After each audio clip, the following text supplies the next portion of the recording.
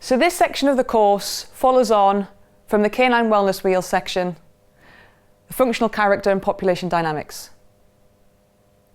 As part of understanding our dog's wellness, as part of conserving them and their ecosystem, as part of understanding disturbances that can arise within that ecosystem, how we prevent those disturbances, and how we maintain health and longevity and balanced behaviours in our dogs, it's important to now look at the life stages and what it means for our dogs as not only genetically ancient canines, but also domestic canines in terms of their development, learning, and teaching.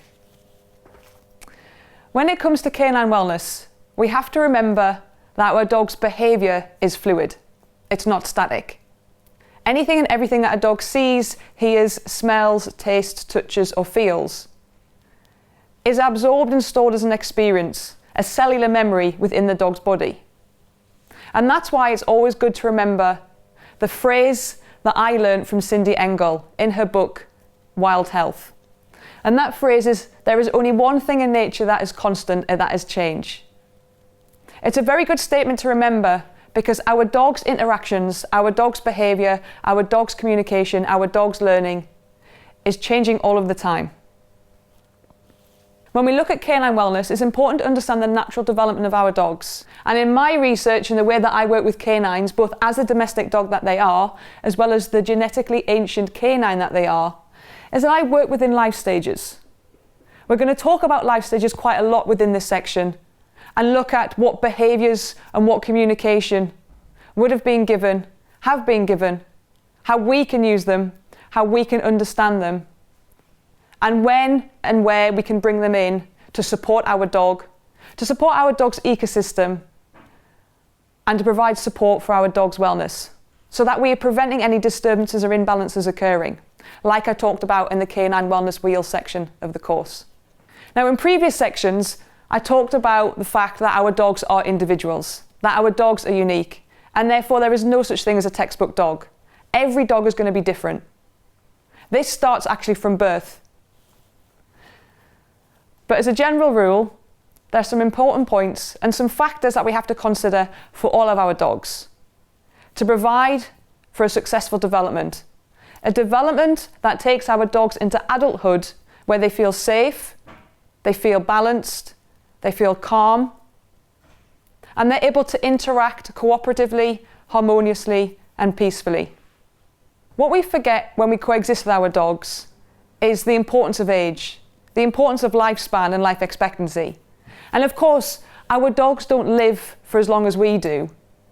But when we look at it from a teaching and training perspective, arguably when we get a puppy or even we get a rescue dog that might already be an adult, we have the rest of that dog's life to interact with them, to teach them new skills, to show them new experiences, to take them to new environments that is done positively, fairly, and in a frequency where the dog learns in their own time.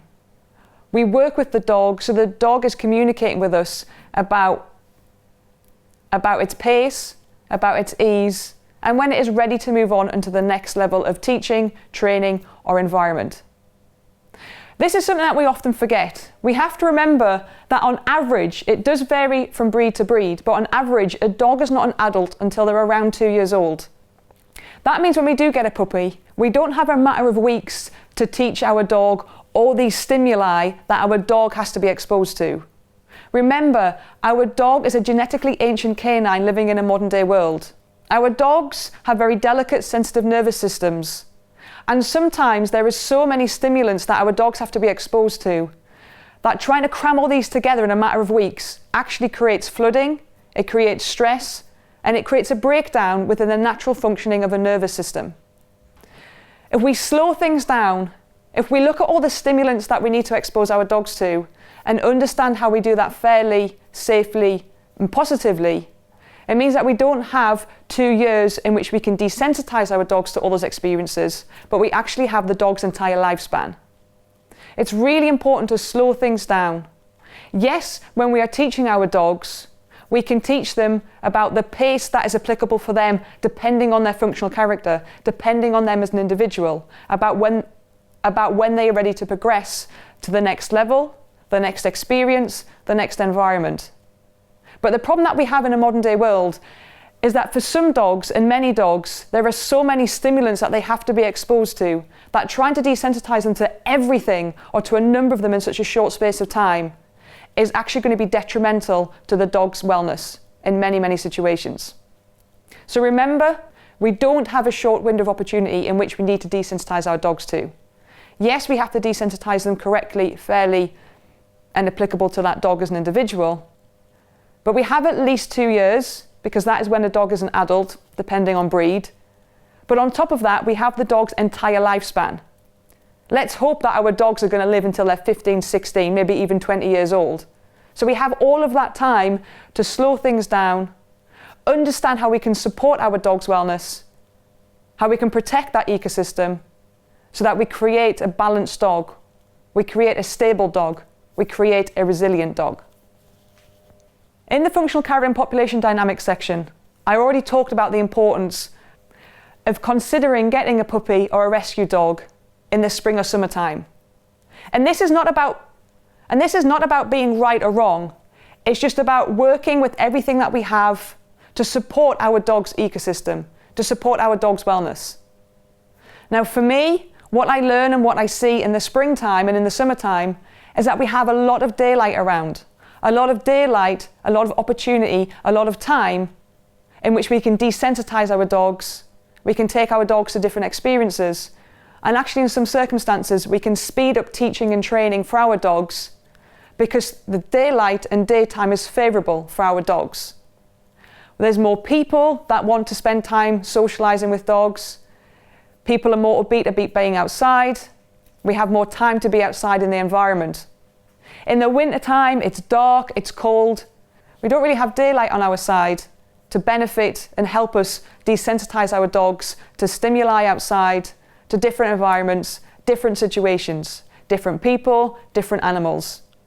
It can also affect our dogs, particularly if they're young, because when dogs are young, they can feel the cold more quickly. That means if we're trying to desensitize them in an environment that is cold, that is dark, that is winter, that can affect their experiences. Because anything and everything that a dog sees, hears, smells, tastes, touches or feels is absorbed as an experience. So if we're maybe trying to teach them something outside, but they feel cold, they can make the association that that certain stimuli is actually not very comfortable for them, is not very positive for them. So it's nothing about being right or wrong. Just for me personally, and something that I advise, is if we're getting a puppy or a rescue dog, we decide to get those dogs in the spring or summertime. Again, it goes within our favour. It can be used as another supportive tool so that we're not setting our dogs up to fail. One of the things that we also have to remember, if we have got a puppy, and when we do get a puppy, is the natural fear stages that a puppy goes through. And these fear stages also correspond to the different life stages that a dog will naturally progress and a dog will naturally be promoted to as it develops and as it ages. And this is something that we're going to look at within this section. Depending on, are we taking a dog on holiday? Are we getting a dog to be introduced to new family, new dogs or new animals? Are we getting a puppy or a rescue dog? Is the dog going to a new environment? Are we teaching the dog something new? Has the weather changed? Has the environment changed? Understanding to read our dogs as an individual and actually how we can move through and around the different life stages depending on our dog as an individual, depending on our dog's functional character that I discuss in the functional character section, depending on what our dog needs in order to create balance for its wellness, to create balance for its ecosystem. Regardless of whether we have a new puppy or a rescue dog, that can be of any age, it's important that when we're teaching our dogs, when we're putting our dog through these different life stages, when we are interacting and coexisting with our dogs, that any new experiences, any new introductions is slowed down. Again, within that canine wellness wheel, one of those factors is rest. We're all so busy, we're all so stressed out that we all need to slow our time down and slow things down. This really supports our dogs' learning. As individuals, our dogs will learn at different stages and different rates and different speeds. but allowing our dogs to learn in their own time allows for the orienting response to be activated. Again, this was something that I discussed in the Canine Wellness Wheel section of this course. It prevents flooding, it prevents stress, it prevents an over-aroused nervous system, and that within itself can cause breaks within the dog's ecosystem. Something again that we have to remember is that our dogs are whole living organisms. They are cellular beings. They are made up of millions upon millions of cells, and these cells are very, very much alive. Anything and everything that a dog sees, hears, smells, tastes, touches or feels. And remember as well what we think. Something that I talked about in the Canine Wellness Wheel section of this course is all stored at a cellular level. Is all stored at a cellular level to provide safety, to provide experiences, to provide a memory about how a dog should respond in the future based on past experiences. And that's again why we have to remember that a dog's biography becomes its biology. Every experience that a dog is exposed to, every experience that a dog feels, every experience that a dog has is actually shaping and moulding its biology, shaping and moulding its behavioural responses and its behavioural outcomes. We want those behavioural responses and outcomes to be balanced, to be fair, to be activated as a result of the orienting response, so that our dog's wellness is not compromised and disturbances don't happen and occur within the ecosystem. Now, of course, within our life stages, life stage 1 applies to dogs that have just been born. And unless we're breeders, most of us are not going to be in that experience of having a newborn pup. But life stage 1 also applies to pups that we bring home and even our rescue dogs. Because for both, when these dogs start to coexist with us and live with us, it becomes a rebirth for them. They're in a new house, surrounded by new environments, new experiences, new expectations, new smells, sounds, people. The list can go on. So what we can do is start to understand what occurs in life stage 1, and we can start to bring in those behaviours, those teachings, those supportive tools, so that we introduce our new dogs, regardless whether they're puppy or a rescue, into their new home, into their new environment, safely, positively. So again, we don't compromise their wellness. We create a resilient ecosystem. Let's take a look.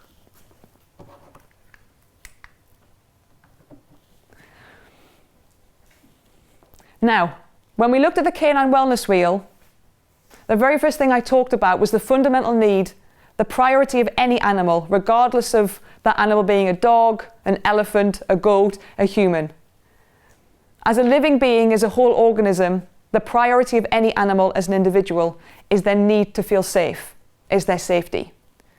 So when we look at our dogs as not just domestic animals, but also this genetically ancient canine, this animal that has this indigenous blueprint, it's important that we start to have that understanding here.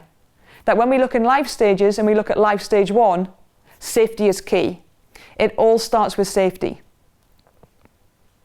And some of you should be familiar with this triangle. It comes from Maslow's hierarchy of needs. What we see at the base, at the bottom of this triangle, is the requirement for the biological and safety needs for any individual need to be met.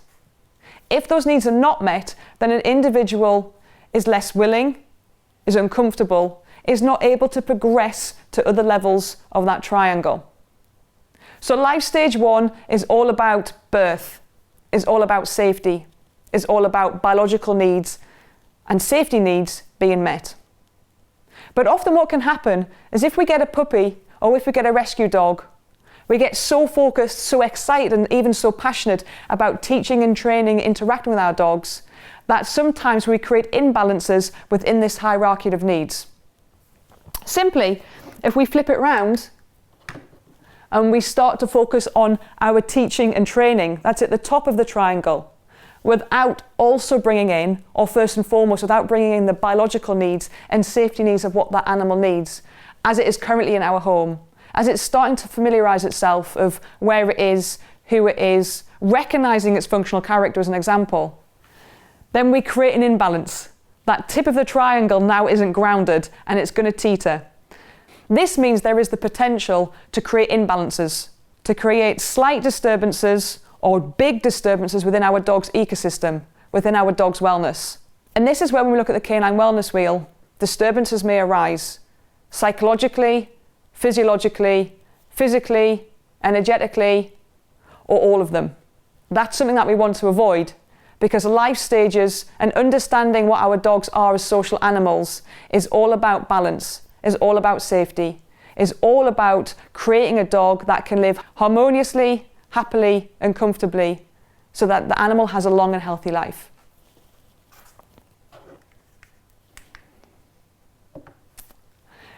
And in a few moments' time, I'm going to come back to this diagram here, an important diagram of how we understand life stages and how we can work with our dogs and how we can support this animal within the home, or even when we're outside, introducing the animal to new environments. It's something that I learned when I was researching wolf behaviour, wolf ecology, and wolf dynamics. But what should happen, certainly in life stage 1, and not just life stage 1, but for a dog's adult life, is for the dog's biochemistry, for the dog as a whole organism, for the dog as an individual, to experience teachings, to experience events, to experience changes in its environment that are slower and more predictive, and where the dog is able and encouraged to learn in their own time. So our dogs should have a steady and slow introduction to socializing. Our dog should have a slow and steady introduction to being desensitized to stimuli, environments. That list of all the different things that we need our dogs to be desensitized to. So life stage 1 and all the other life stages should all be about slow-paced activity, long exposure to the environment, and also rest, the importance of rest, the importance of a dog having opportunity to absorb changes, to absorb experiences that are just slowed down for that animal. Again, anything and everything that a dog sees, hears, smells, tastes, touches, or feels is absorbent experience. So we want those experiences to be favourable, enjoyable, and supportive.